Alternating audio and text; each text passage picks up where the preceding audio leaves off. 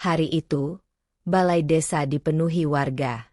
Mereka duduk berdesakan, mengantre panjang untuk menerima bantuan tunai langsung dari pemerintah. Mayoritas dari mereka adalah orang tua yang sudah renta, ibu rumah tangga, dan buruh tani. Terik matahari tak menyurutkan semangat warga desa Karangjati yang berharap bisa membawa pulang uang Rp1 juta sebagai penyambung hidup. Di antara kerumunan itu, tampak seorang nenek renta berjalan pelan dengan tubuh membungkuk. Bajunya lusuh, daster berwarna coklat yang sudah pudar. Sandalnya hanya sebelah yang masih utuh. Satunya lagi sudah hampir putus talinya. Ia menenteng kantong kresek hitam yang sudah lusuh, dipenuhi dengan sobekan kertas dan botol bekas. Orang-orang meliriknya dengan jijik. Beberapa bahkan menutup hidung, mengira bau busuk berasal dari si nenek. Ih, itu nenek bau banget. Masih aja mau ngambil bantuan, padahal udah nggak tahu diri, celetuk seorang pemuda di kursi tunggu. Temannya tertawa. Udah miskin, nyusahin orang. Kalau bener-bener miskin, kenapa nggak tinggal di panti jompo aja sih? Nenek itu, Buarti namanya, hanya tersenyum kecil. Tak sepatah kata pun ia ucapkan. Ia tetap berjalan perlahan hingga sampai ke meja petugas. Petugas itu, seorang perempuan muda bernama Rani, menyambutnya dengan tatapan sinis. Nama? Warti. Nak, Buarti, jawabnya pelan. KTP mana? Dengan tangan gemetar, Buarti mengeluarkan KTP dari balik dasternya. Plastik pelindung KTP itu sudah menguning dan hampir robek. Rani melihatnya cepat-cepat, lalu menyuruh Buarti menandatangani daftar penerima. Setelah itu, ia menyerahkan uang pecahan 100.000 10 lembar ke tangan keriput Buarti. Jangan dipakai buat beli rokok atau lotre ya, Nek, sindir Rani setengah bercanda, tapi cukup keras untuk didengar banyak orang. Orang-orang tertawa. Salah satu pemuda yang sejak tadi memperhatikan Buarti, diam-diam merekam momen itu dengan ponselnya. Ia mengatur angle agar wajah Buarti tampak jelas, lalu menambahkan tulisan di atas video. Udah tua, masih ngemis. Nenek ini rebutan bantuan cuma buat 1 juta. Miris. Tak butuh waktu lama, video itu viral di TikTok dan Instagram. Komentar netizen bermunculan. Tua-tua kelakuan kayak anak kecil. Serakah banget. Jangan kasih kakek nenek beginian. Endingnya buat beli togel. Miris lihat negara yang masih kasih duit ke orang kayak gini. Buarti tak tahu dirinya sedang jadi bahan hinaan se-Indonesia. Ia berjalan pulang perlahan menyusuri jalan berbatu di tepi sawah, melewati parit dan jembatan bambu.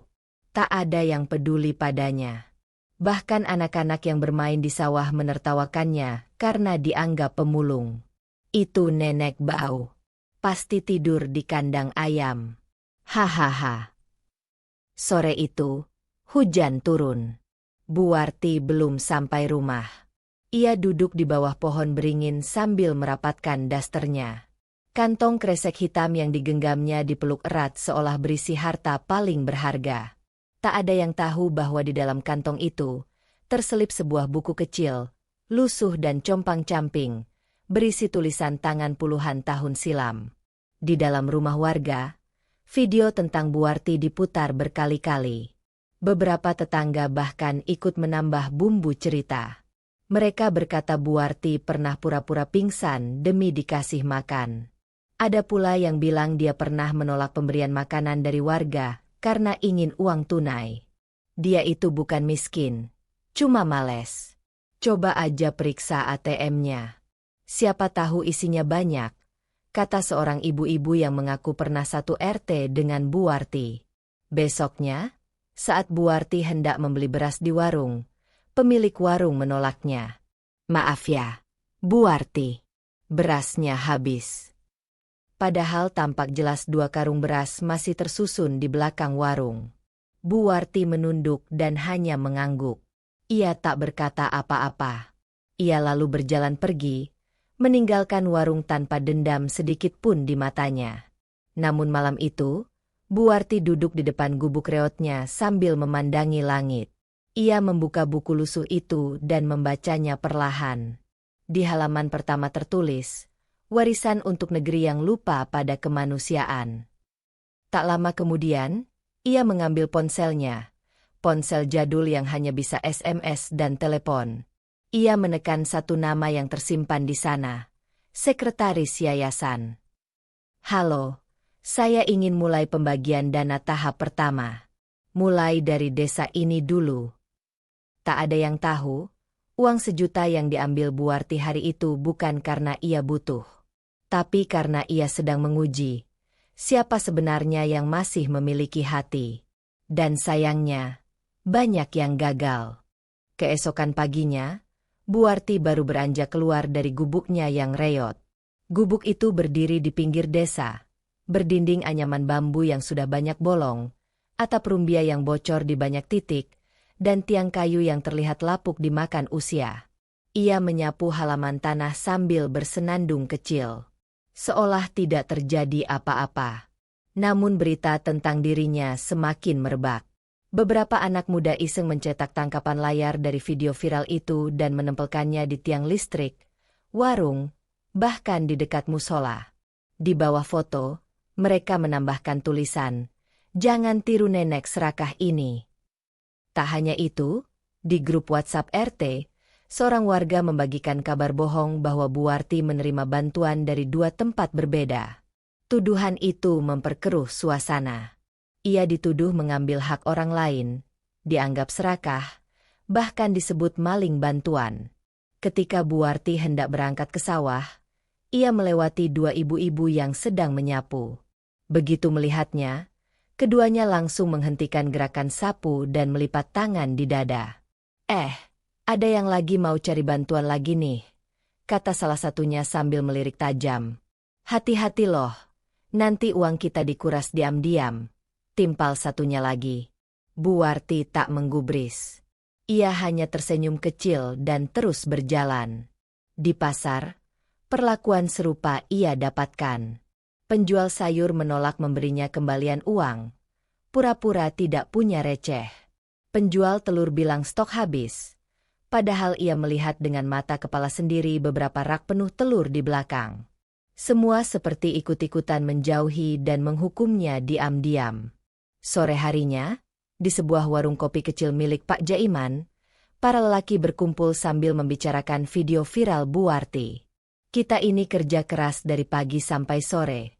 Dapat 1 juta juga susah. Dia cuma modal jalan pelan dan muka memelas. Dapat 1 juta langsung. Gila ya."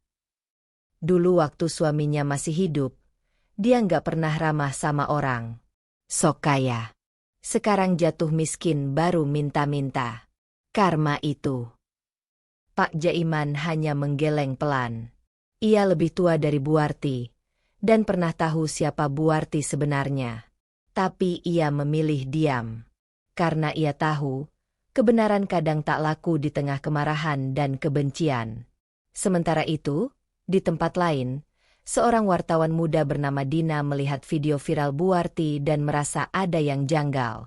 Ia memperhatikan gestur tubuh Buarti, senyumannya, dan cara ia menerima uang. Tak ada raut tamak. Justru yang Dina lihat adalah wajah yang pasrah dan sabar. "Orang ini bukan pengemis biasa," gumamnya. Dina mulai menyelidiki. Ia mencari data nama lengkap Buarti dari daftar penerima bantuan desa. Ia terkejut ketika menemukan nomor KTP Buarti terkait dengan nama salah satu yayasan sosial skala nasional yang tidak pernah mencantumkan nama pemiliknya. Yayasan itu dikenal aktif menyalurkan bantuan pendidikan dan kesehatan di pelosok-pelosok negeri.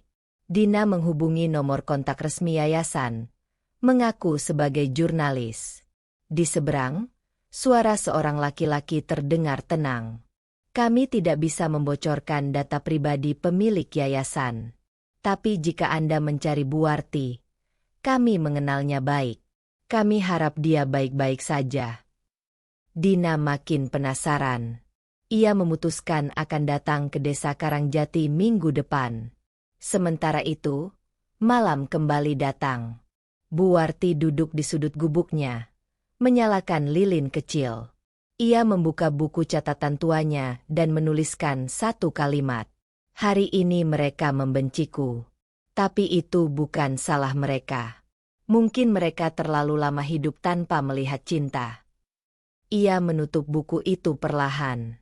Di luar sana, dunia masih sibuk mencaci. Tapi di dalam dirinya, Bu Warti tahu, ia sedang mengubah sesuatu. Perlahan, tapi pasti. Malam itu, desa Karangjati diguyur hujan gerimis. Kabut turun tipis di antara sawah dan jalan tanah yang becek. Di tengah sunyi malam yang hanya ditemani suara jangkrik dan gemerisik daun, suara mesin mobil terdengar mendekat. Sebuah mobil sedan hitam berhenti perlahan di depan gubuk reot Bu Warti. Kendaraan itu mencolok, bukan hanya karena mewah, tapi karena tidak biasa ada mobil sekelas itu melintasi jalan rusak desa ini. Lampu depan mobil menyala terang. Sesosok pria berjas hitam keluar dari dalam mobil, memayungi dirinya dengan payung lipat. Penampilannya sangat rapi. Rambutnya disisir klimis, sepatunya mengkilap meski terkena lumpur. Di tangannya, ia membawa sebuah map kulit hitam. Ia melangkah mendekati gubuk Bu Warti, lalu mengetuk tiang bambu di depan pintu. Bu Warti, panggilnya pelan namun tegas. Ini saya, Bagas. Pintu gubuk terbuka perlahan. Dari dalam, muncul Bu Warti yang mengenakan kain batik lusuh dan selendang tipis di bahunya. Tatapannya tenang. Bagas, kamu datang juga. Ucapnya datar, namun terdengar hangat. Tanpa banyak bicara, pria muda itu menyerahkan map ke tangan Bu Warti, lalu menunduk hormat dan mencium punggung tangan sang nenek. Semua sudah siap, Bu. Termasuk dokumen peralihan tahap pertama dan sistem penyaluran donasi yang baru. Bu Warti mengangguk pelan. Matanya menatap map hitam itu seperti menatap lembaran kenangan. Sudah saatnya mereka tahu siapa yang mereka hina. Bagas ragu sejenak. Ibu yakin tak ingin muncul ke publik? Wartawan mulai mencari-cari.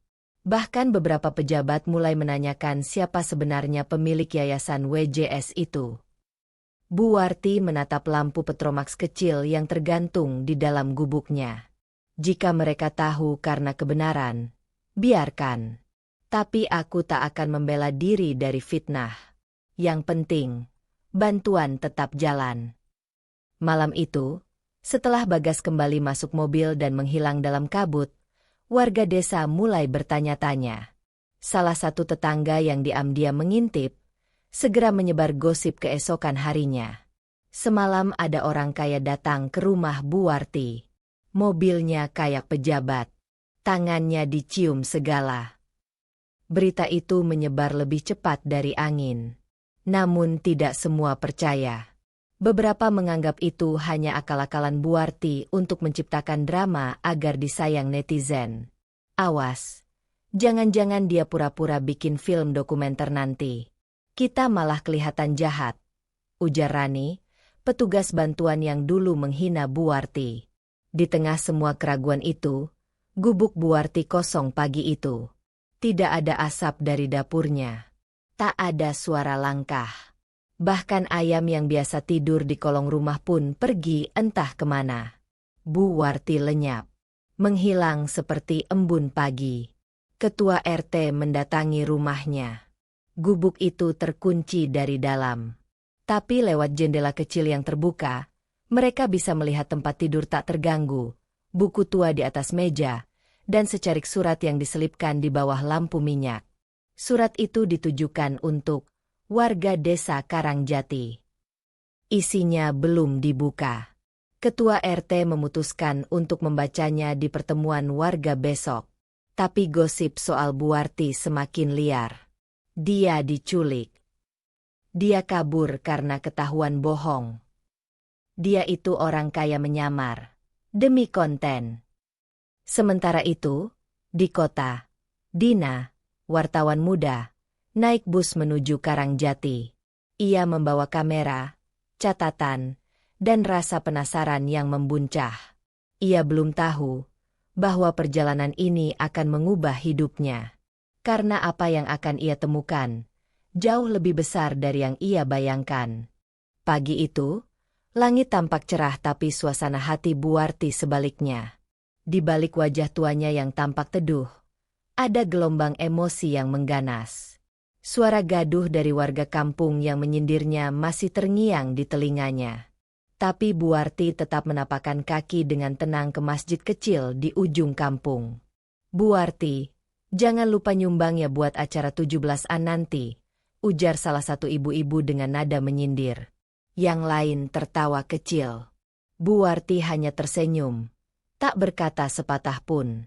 Ia tahu, lidah lebih tajam dari pisau. Di masjid itu, Ustaz Soleh sudah menunggu. Lelaki parubaya dengan janggut rapi dan suara lembut itu adalah satu-satunya orang yang tak pernah memandang rendah Buarti.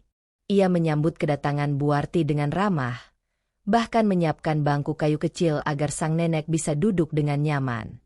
"Buarti, hari ini kita bahas surat Al-Balad ya," katanya. Dengan suara pelan, Buarti mengikuti pembacaan ayat demi ayat.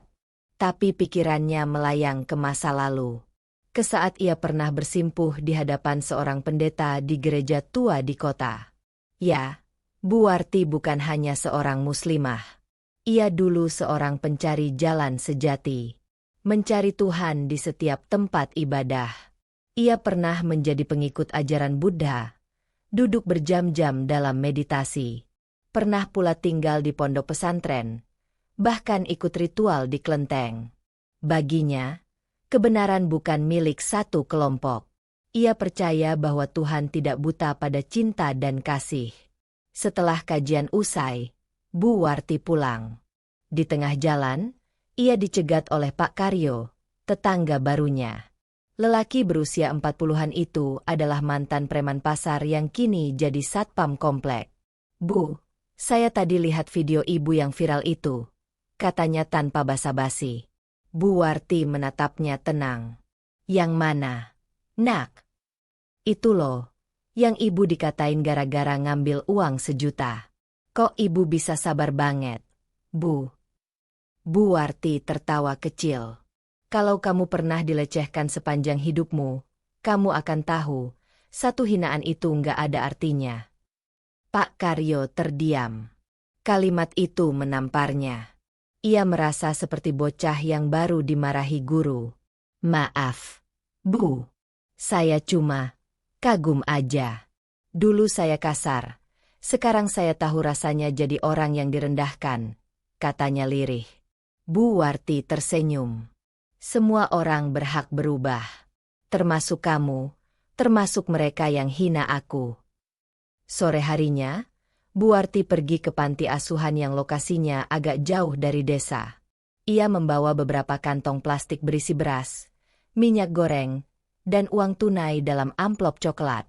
"Ibu Warti. Ibu Warti datang," teriak anak-anak kecil sambil berlarian menyambutnya. Pengasuh panti menyambutnya dengan pelukan. "Ibu nggak pernah lupa kami ya?" "Aku nggak bisa punya anak, tapi aku bisa jadi ibu untuk mereka," jawab Buarti sambil mengusap kepala anak-anak yang mengerubunginya. Tak ada yang tahu, selain pengasuh panti, bahwa Buarti sudah puluhan tahun menjadi donatur tetap panti itu.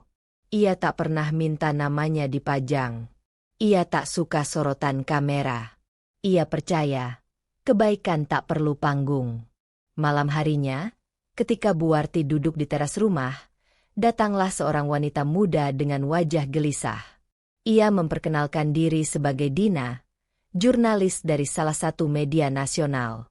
"Maaf Bu, saya ingin tahu siapa sebenarnya Ibu Warti," ucapnya gugup. Buarti menatapnya tajam.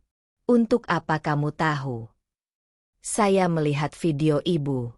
Lalu saya selidiki. Ada banyak hal yang tak masuk akal. Nama ibu muncul dalam catatan pemilik yayasan besar di Jakarta. Nama ibu juga terdaftar sebagai salah satu penyumbang dana pendidikan di luar negeri." Buarti menarik napas dalam. "Dan kamu pikir, orang tua seperti aku nggak mungkin punya uang?" Dina tertunduk. Bukan begitu, Bu. Saya hanya ingin menulis kebenaran. Bu Warti bangkit dari kursi rotannya. Ia masuk ke dalam rumah, lalu kembali membawa sebuah koper kecil. Ia membukanya perlahan, memperlihatkan tumpukan dokumen, sertifikat tanah, buku tabungan, hingga sertifikat kepemilikan saham. Kalau aku tunjukkan ini ke dunia, apa hidupku jadi lebih baik? Tanyanya pelan. Dina tertegun. Saya pikir orang-orang harus tahu kebenaran. Kebenaran bukan untuk memuaskan rasa ingin tahu. Kadang, kebenaran cukup disimpan untuk menjaga hati, jawab Bu Warti. Dina terdiam cukup lama. Lalu ia berkata, boleh saya tetap menulis tentang ibu, tapi tanpa membuka siapa ibu sebenarnya. Bu Warti tersenyum. Tulis tentang sabar. Tentang bagaimana seseorang bisa tetap waras meski dihina. Itu lebih penting daripada kekayaan. Dina mengangguk pelan. Malam itu, ia belajar sesuatu yang tak pernah ia temui selama jadi jurnalis. Tentang keikhlasan. Tentang kekuatan tanpa perlu membalas. Dan malam itu juga, ketika Bu Warti menutup pintu rumahnya, ia tersenyum kecil. Satu-satu akan datang padaku. Bukan karena aku hebat, tapi karena mereka akhirnya lelah menghina. Dina mendadak menjadi pusat perhatian warga. Setelah video permintaan maafnya kepada Bu Warti viral, banyak orang memujinya, namun lebih banyak lagi yang sinis. Mereka menyangka Dina hanya mencari panggung. Tapi bagi Dina, bukan itu tujuannya. Ia sungguh ingin tahu, siapa sebenarnya Bu Warti? Aku tahu apa yang kulakukan kemarin itu nggak bisa menebus apa yang sudah terjadi. Tapi kalau ibu masih di rumah yang sama, aku ingin datang lagi. Nggak untuk konten. Untuk minta maaf. Sungguh. Ucapnya pelan saat berbicara di salah satu podcast kecil yang kemudian juga viral. 3 hari setelah video itu beredar, Dina kembali ke rumah kecil Bu Warti. Kali ini, ia datang sendirian. Tak ada kamera, tak ada lighting, hanya membawa satu tas kecil dan sebungkus buah tangan. Ia menunggu di depan rumah reot itu sambil menunduk, hingga suara langkah pelan terdengar dari balik pintu. Masuk saja, Dina, kata Bu Warti lembut dari dalam. Dina terkejut. Ia belum sempat mengetuk pintu. Ibu tahu saya datang. Langkahmu berat. Penuh penyesalan, jawab Bu Warti tanpa menatap, duduk perlahan di kursi kayu tua. Aku hafal suara langkah seperti itu, karena aku pernah juga melangkah dengan perasaan sama. Dina duduk diam. Rasanya seperti masuk ke dunia lain. Aroma minyak kayu putih, foto-foto lawas berbingkai kayu, dan piring kaleng tergantung di dinding membuat ruangan itu terasa seperti masa lalu yang tak pernah ikut bergerak ke depan. Bu, saya tahu. Kata maaf nggak cukup. Tapi, boleh saya tahu, kenapa ibu nggak pernah marah? Nggak pernah membela diri? Bahkan ketika semua orang menghina. Bu Warti menarik napas panjang. Karena marah cuma akan bikin aku sama seperti mereka. Ia lalu berdiri perlahan, meraih sebuah kotak kayu dari dalam lemari. Kotak itu dipenuhi amplop, dokumen, dan foto-foto. Lihat ini. Dina membuka salah satu dokumen. Surat tanah. Sertifikat bangunan. Foto-foto peresmian sekolah. Akta kepemilikan pabrik tekstil. Semua atas nama Wartinah. Ini. Semua ini, ibu yang punya. Dulu suamiku membangun banyak usaha. Aku yang mengelola semuanya setelah dia meninggal. Tapi semua atas namaku. Aku belajar keuangan, hukum, bahkan sedikit arsitektur dari dia. Aku perempuan yang dulu banyak belajar diam-diam karena tak diberi kesempatan. Dina hanya bisa terdiam. Matanya membesar. Tangannya gemetar memegang dokumen-dokumen itu.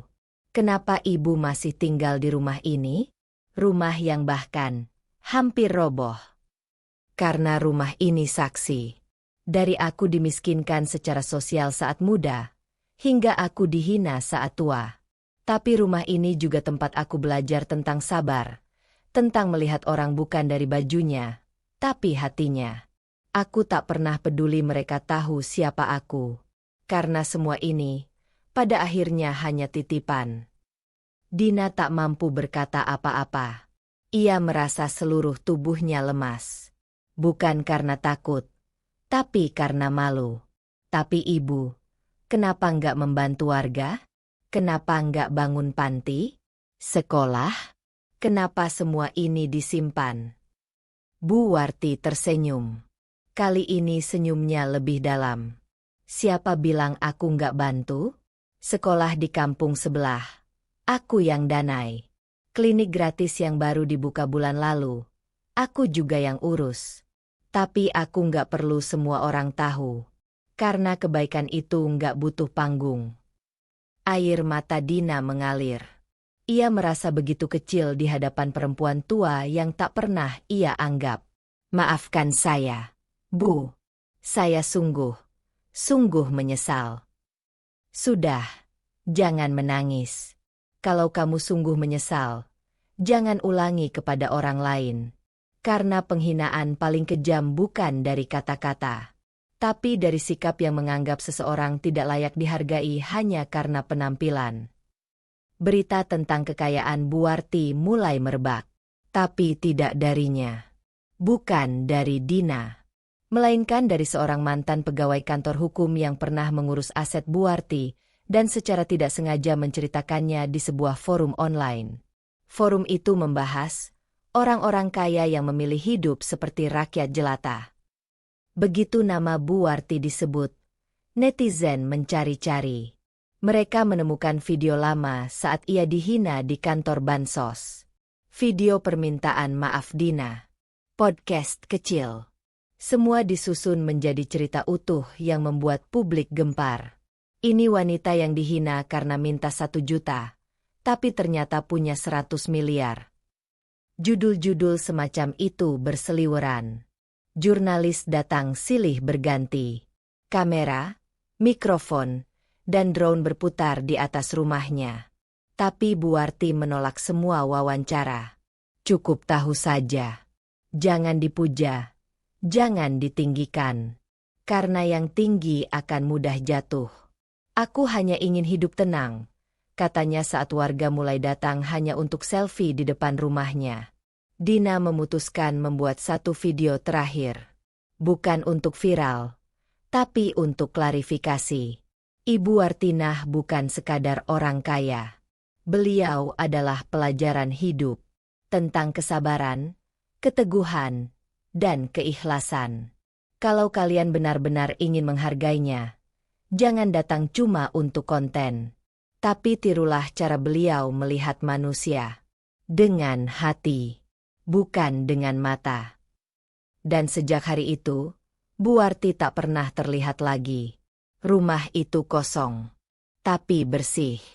Seperti ditinggalkan dengan sengaja. Hanya secari kertas tertempel di pintu. Kalau matamu belum bisa melihat, belajarlah dari hatimu. Malam itu, udara desa terasa lebih panas dari biasanya. Angin hanya berbisik pelan, seolah takut mencampuri urusan manusia. Rumah Bu Warti diterangi cahaya lampu taman yang kekuningan. Di beranda, duduklah seorang pria mengenakan jas mahal. Wajahnya tegas, berumur sekitar 50-an. Dia adalah Pak Surya, pemilik bank yang dulu menolak mentah-mentah permohonan kredit Bu Warti puluhan tahun lalu. Kini, Pak Surya duduk di hadapan Bu Warti, tak berani menatap mata wanita tua yang ia kira akan tetap miskin sampai mati. Di depannya, selembar surat pernyataan telah ditandatangani. Ia baru saja menyerahkan sebagian besar saham bank miliknya, sebuah bank swasta dengan reputasi nasional, ke atas nama Bu Warti. Ini semua sudah lunas, Bu. Saya sudah penuhi syaratnya. Suara Pak Surya parau. Tangannya gemetar saat menyesap teh dari cangkir kecil. Bu Warti hanya tersenyum tipis. Saya tidak minta banyak, Pak. Hanya keadilan. Dan sedikit kenangan lama yang ingin saya perbaiki. Pak Surya mengangguk pelan. Di benaknya, masih tergambar jelas bagaimana ia dulu menghina dan mengusir Buarti dari kantor bank dengan kata-kata tajam. Uang cuma 1 juta. Bu, ibu pikir kami tempat amal, katanya waktu itu. Tapi sekarang, wanita tua yang dulu tampak lusuh itu bisa membalikan nasib semua orang. Dengan angka, miliaran jumlahnya, yang membungkam semua mulut yang pernah mencibir. Di luar rumah, warga berkumpul diam-diam. Rasa ingin tahu dan takut bercampur jadi satu. Kabar bahwa Buarti kini punya kekayaan lebih dari 100 miliar sudah menyebar seperti angin. Tak ada yang tahu pasti dari mana uang itu berasal. Ada yang bilang dia menang lotre internasional. Ada pula yang bersumpah melihatnya dijemput mobil hitam bertuliskan Foundation, entah dari mana. Bahkan ada yang yakin dia punya koneksi pejabat tinggi. Tapi satu hal yang pasti, orang-orang yang pernah meremehkan dan menghina Buarti, kini datang satu persatu. Ibu RW, yang dulu menolak membantu mengajukan bantuan sosial karena menganggap Buarti beban desa, datang membawa kue lapis legit. Buarti, maaf, saya dulu salah. Semoga Bu nggak simpan dendam. Ya. Ini saya bawain kue kesukaan Bu, katanya dengan suara lirih, seperti anak kecil minta maaf pada ibunya. Buarti menerimanya tanpa kata. Matanya tajam memandangi wajah perempuan itu, membuat Ibu RW menunduk malu. Tak lama, datang Pak Lurah. Wajahnya kaku, senyumnya dipaksakan. Kami semua bangga. Bu, desa ini jadi terkenal gara-gara Ibu. Bahkan media nasional ingin liput kisah Ibu. Boleh kami angkat Ibu jadi tokoh inspiratif desa, katanya sambil mengelap peluh yang entah dari rasa panas atau malu. Buarti tertawa pelan. Boleh. Tapi pastikan, sebelum kamera datang, ibu-ibu yang dulu lempari saya dengan kulit pisang sudah bersih-bersih halaman masjid. Saya nggak mau mereka numpang eksis. Orang-orang hanya bisa tertunduk. Tak ada yang menyangka, Buarti akan balik mengatur mereka semua seperti boneka. Tapi begitulah uang bekerja. Miliaran rupiah mampu mengubah suara ejekan jadi pujian, hinaan jadi sanjungan, dan penolakan jadi permohonan maaf. Namun, di balik segala kekuasaan yang kini dimiliki Buarti, ada satu sudut hatinya yang tetap sunyi. Malam itu, setelah semua tamu pergi, ia duduk sendiri di ruang tengah. Di pangkuannya, sebuah buku harian tua dengan sampul lusuh. Tangannya perlahan membuka halaman-halaman yang dipenuhi tulisan tangan masa muda. Di sana, tertulis semua mimpi yang dulu ia punya. Mendirikan taman baca untuk anak-anak desa. Memberi beasiswa untuk gadis-gadis yang ingin sekolah tinggi. Membangun koperasi agar ibu-ibu tidak tergantung pada rentenir. Air mata jatuh perlahan. Bukan karena sedih, tapi karena tak percaya ia akhirnya bisa. Semua ejekan, hinaan, dan sikap acuh itu, ternyata menjadi bahan bakar paling panas untuk membakar jalan menuju mimpi. Esoknya, Buarti mulai merealisasikan satu persatu keinginannya. Ia membeli lahan kosong di tengah desa, menyulapnya menjadi taman baca lengkap dengan fasilitas internet. Ia juga mengumumkan beasiswa penuh untuk 10 siswi berprestasi dari keluarga tidak mampu. Tak ada syarat, tak ada administrasi rumit, cukup semangat dan kejujuran. Tapi, tidak semua orang senang. Dia pasti pakai pesugihan, kata seorang lelaki setengah baya di warung kopi. Mana ada orang tua kayak gitu bisa pegang 100 miliar. Itu bukan rejeki biasa, sahut lainnya. Desas-desus baru mulai bermunculan. Iri hati berubah menjadi fitnah. Beberapa warga bahkan mulai menjauh, takut tertular karma dari kekayaan yang dianggap tidak wajar. Namun, Buarti tidak peduli. Ia tahu, sebesar apapun uang yang dimiliki, ia tak bisa membeli hati semua orang. Tapi ia bisa memilih untuk tidak terikat pada kebencian masa lalu. Ia sudah memilih. Dan pilihannya adalah membungkam semua hinaan dengan miliaran kebaikan. Bab selanjutnya akan mengungkap asal-usul kekayaan Buarti yang sesungguhnya. Dan itu akan mengubah segalanya. Keesokan paginya, kampung itu gempar. Bukan karena Buarti, melainkan karena satu truk besar berlogo bank berhenti di depan rumah kayunya. 4 petugas berpakaian rapi turun, membawa koper-koper besar.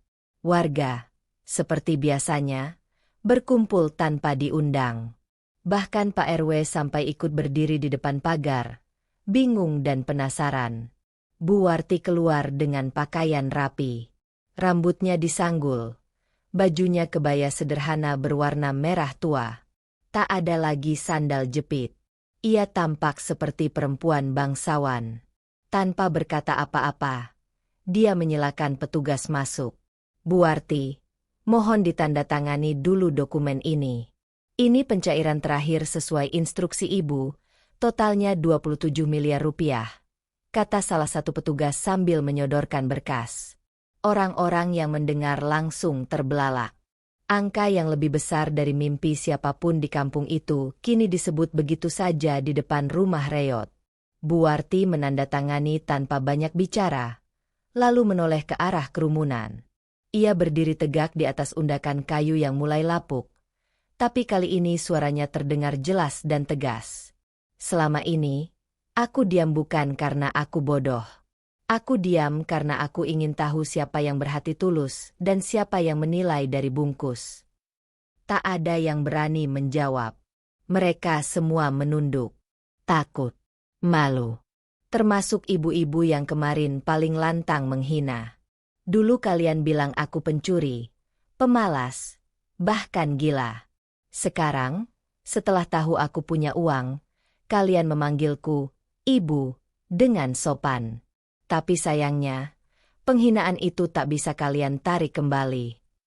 Seketika, suasana menjadi sangat sunyi. Aku bukan ingin membalas, tapi aku ingin kalian belajar. Uang bisa menutupi kekurangan, tapi tidak bisa membeli hati yang tulus. Dan aku tak butuh penghormatan palsu hanya karena aku kaya. Buarti lalu meminta bantuan 2 petugas ban membuka koper uang secara simbolis. Dalam koper itu, terlihat tumpukan uang 100 ribuan yang tampak masih baru, tertata rapi. Warga hampir tak percaya itu nyata. Lalu Buarti menunjuk ke arah musola tua yang sudah hampir roboh. Saya mau bangun musola itu jadi lebih baik. Dilengkapi dengan tempat belajar anak-anak. Gratis. Tapi jangan pakai nama saya. Cukup tulis, dari seorang nenek yang dulu pernah dihina. Air mata mulai menetes dari wajah beberapa orang. Rasa malu dan bersalah bergelombang dalam dada mereka.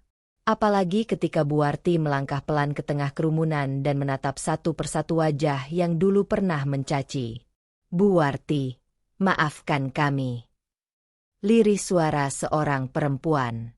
Lalu diikuti isak tangis lainnya. Maafkan kami hanya ikut-ikutan, kami nggak tahu. Saya sudah memaafkan kalian sejak lama, jawab Buarti, pelan namun menohok. Tiba-tiba, seorang wartawan dari media lokal datang. Rupanya informasi dari bank bocor. Mereka mulai memotret, mewawancarai, dan mendokumentasikan semuanya. Berita tentang nenek kaya yang dulu dihina, viral hanya dalam waktu 1 hari. Nama Buarti pun jadi bahan pembicaraan nasional. Banyak yang terinspirasi, banyak yang belajar tentang makna penghargaan terhadap orang lain. Bahkan, beberapa lembaga amal mulai datang dan ingin bekerja sama. Tapi Buarti menolak banyak hal. Aku ingin hidup tenang. Aku sudah cukup. Aku hanya ingin akhir hidupku dihabiskan dengan memberi, bukan dipuja. Hari-hari selanjutnya, Buarti tetap tinggal di rumah kecilnya yang direnovasi sedikit agar lebih kokoh, tapi tetap sederhana. Ia membuka perpustakaan kecil di depan rumah, tempat anak-anak bisa membaca dan belajar. Tak sedikit orang tua yang kemudian menitipkan anaknya untuk belajar di sana. Ia tak pernah pamer kekayaan. Tak pernah juga mengungkit masa lalu. Tapi satu hal yang pasti, seluruh kampung kini menghormatinya, bukan karena uangnya, tapi karena hatinya. 5 tahun kemudian, saat Buarti wafat di usia 84 tahun, seluruh kampung berkabung. Ribuan orang menghadiri pemakamannya. Bahkan pemerintah daerah memberikan penghargaan anumerta atas dedikasi dan keteladanannya. Di nisan makamnya tertulis, Warti, perempuan yang dihina karena miskin, dikenang karena berhati kaya. Tama.